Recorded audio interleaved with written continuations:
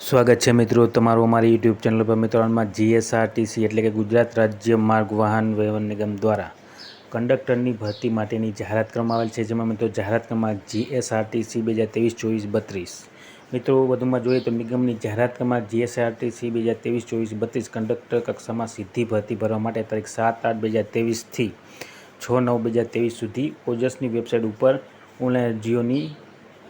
જાહેરાત કરવામાં આવેલી હતી અને આ કંડક્ટર કક્ષામાં સરકારશ્રી દ્વારા મળેલ તબક્કાવાર મંજૂરી અન્વયે સીધી ભરતી ભરવા માટે કેટેગરી વાઇઝ જગ્યા નીચે મુજબ છે, જેને સંબંધિત ઉમેદવારે નોંધ લેવી અને આ કક્ષાની તારીખ 7/8/2023 થી 6/9/2023 સુધી પસંદ કરેલ જાહેર દર્શાવ્યા અન્ય સૂચનાઓ યથાવત રહેશે। તો મિત્રો સરહદ કક્ષાની તારીખ 7/8/2023 થી 6/9/2023 સુધી પસંદ કરવામાં આવેલ જાહેરાત અન્વયે જે ઉમેદવાર અગાઉ અરજી કરેલ હોય તેમજ લો વિઝન, ત્યારબાદ હાર્ડ ઓફ હિયરિંગ, ત્યારબાદ લિપ્રસી કર્ડ, એસિડ અટેક વિક્ટીમ, તે મેન્ટલ ઇલનેસ પ્રકારની દિવ્યાંગતા ધરાવતા ઉમેદવારોએ પુનઃ ઓનલાઈન અરજીપત્રક ભરવાનું રહેશે નહીં, જેની નોંધ લેવાની રહેશે। હવે મિત્રો જગ્યાઓ જોઈએ તો મિત્રો કુલ જગ્યા 2323 હશે, જેમાં બિન અનામતમાં પુરુષ ઉમેદવારોના 639, મહિલા ઉમેદવારોને 314, ઈડબ્લ્યુ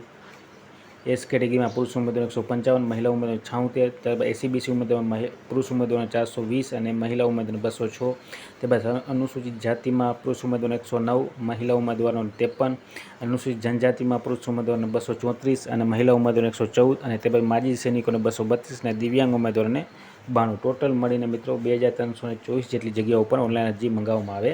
છે। ત્યારબાદ જોઈએ તો દિવ્યાંગ ઉમેદવારો પૈકી one arm, one leg, both arm, both leg, one arm leg, both leg, one arm અને બોથ લેગ આર્મ મુજબની દિવ્યાંગતા મેડિકલ બોર્ડના અભિપ્રાયના આધારે ધરાવતા ઉમેદવારો માટે ઓનલાઈન પુનઃ જાહેરાત 3/7/2024 થી 17/7/2024 સુધી ઓનલાઈન અરજી ઓજસની વેબસાઇટ ઉપર પ્રસિદ્ધ કરવામાં આવેલ છે। મિત્રો દિવ્યાંગ ઉમેદવારો પૈકી જે ઉમેદવારો લહિયા વળતર સમયની સુવિધાઓ લાભ મેળવવા માંગતા હોય તે અંગેના ફોર્મ પત્રક નિગમની વેબસાઇટ GSRTC.in ઉપર પ્રસિદ્ધ કરવામાં આવેલ છે। જરૂરી વિગતો ભરીને ફરજિયાતપણે પરીક્ષાની તારીખ અગાઉ ઓછામાં ઓછા 10 દિવસ પહેલાં નિગમના વહીવટ ખાતું મધ્યસ્થ કચેરી રાણીપ બસ સ્પોટની બાજુમાં અમદાવાદ ખાતે રજૂ કરવાનું રહેશે અને સમય મર્યાદામાં ફોર્મ પત્રક ભરેલ જરૂરી વિગતો નહીં મળ્યા અને આવા ઉમેદવારો લહિયા વળતરની સુવિધા આપવામાં આવશે નહીં। તો મિત્રો આ પ્રમાણે GSRTC દ્વારા તારીખ 3/7/2024ના રોજ કંડક્ટરની ભરતી માટેની જાહેરાત કરવામાં આવેલ છે। તો જે પણ ઉમેદવારો મિત્રો ઓનલાઈન અરજી કરવા માંગતા હોય તે સર્વ ઉમેદવારોએ નોંધ લેવા વિનંતી અને વિડીયો ગમ્યો હોય તો લાઇક, શેર અને સબસ્ક્રાઈબ કરવાનું ભૂલતા નહીં। જય હિન્દ।